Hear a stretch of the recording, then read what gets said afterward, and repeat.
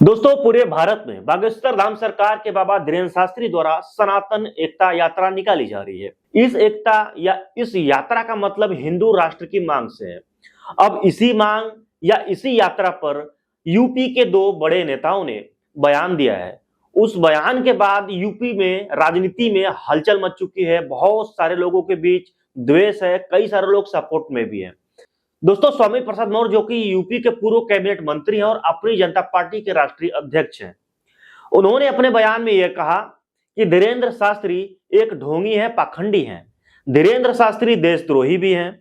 धीरेन्द्र शास्त्री द्वारा ये जो मांग हिंदू राष्ट्र को लेकर के की जा रही है, ये धर्म के नाम पर लोगों के बीच में बंटवारा कर रहे हैं। ये देश संविधान का राष्ट्र है, ये देश संविधान से चलेगा, इस देश में संविधान का राज है। इस देश में कोई धर्म या कोई एक मजहब नहीं होगा, इसीलिए हिंदू राष्ट्र की मांग करना गलत है। बाबा बागेश्वर बाबा के रूप में बहुत बड़ा ढोंगी है, अराजक तत्व है, और यूं कह लीजिए वो देशद्रोही भी है, संविधान द्रोही भी है, जिसको जेल की सलाखों में रहना चाहिए। भारतीय जनता पार्टी उसका महिमा मंडन कर रही है और पूरे देश में यात्रा करवा रही है। इसके पीछे भी भाजपा का हाथ है। हिंदू राष्ट्र की मांग करना देश के साथ गद्दारी है, मक्कारी है। ऐसे गद्दारों को जेल की सलाखों में रहना चाहिए। अब इस पे आपकी क्या राय है, कमेंट सेक्शन में जरूर बताइएगा।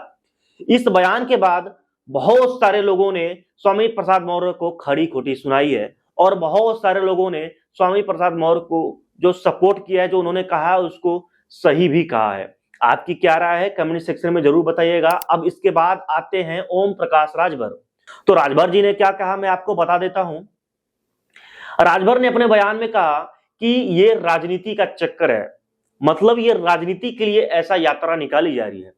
ये सांसद बनने के लिए ऐसी यात्रा कर रहे हैं, अपनी छवि सुधार रहे हैं, छवि बना रहे हैं लोगों के बीच में यात्रा निकाल करके, क्योंकि यात्रा में फील्ड के लोग मिल जाते हैं। ठीक है, उस तरीके से ये केवल राजनीति कर रहे हैं, ये लालची व्यक्ति हैं।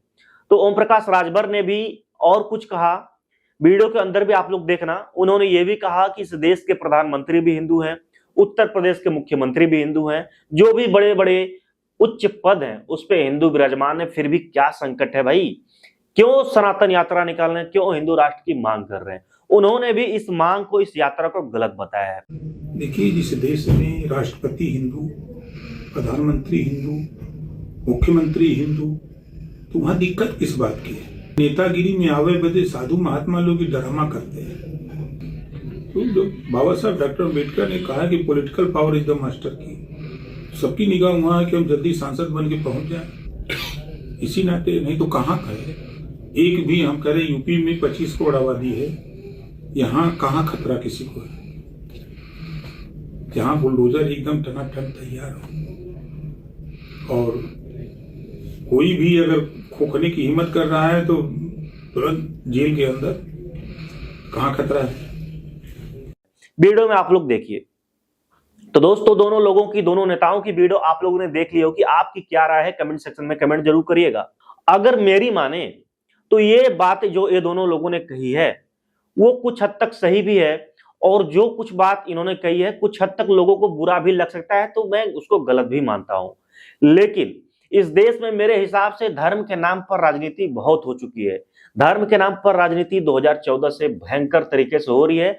अब मेरे हिसाब से धर्म के नाम पर लोगों को लड़ाया बंद कर देना चाहिए, हिंदू मुस्लिम को लड़ाना बंद कर देना चाहिए। और धीरेन्द्र शास्त्री भी अपने बयानों से सुर्खियों में रहते हैं। वो कई बार कुछ न कुछ उल्टा सीधा भी बयान देते रहते हैं, और उनपे तो एक बार तो जांच बैठा दी गई थी, लेकिन जांच में भी कुछ इस तरीके का हंगामा या इस तरीके का ड्रामा स्टेज पर हुआ जो भी एक्सपोज हो गया था, लेकिन कोई कुछ कर नहीं सका।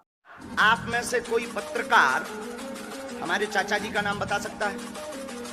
अब आप पत्रकारों में जिनके चाचा का नाम भृगुनाथ तिवारी हो वो आ जाए।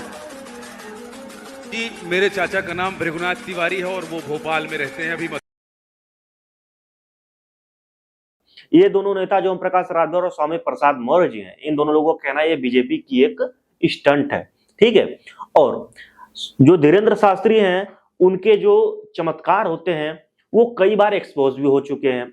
बहुत सारे लोग सपोर्ट भी करते हैं, बहुत सारे लोग एक्सपोज भी करते हैं, उनको पाखंडी बताते हैं। अब आगे आपकी क्या राय है कमेंट सेक्शन में बताइएगा। वीडियो काफी लंबी हो चुकी है, मिलते हैं नेक्स्ट वीडियो में। अगर ऐसी वीडियोस आपको चाहिए तो कमेंट सेक्शन में कमेंट कर दीजिएगा। मिलते हैं नेक्स्ट वीडियो में। चैनल को सब्सक्राइब करना मत भूलना। तब तक के लिए बाय बाय।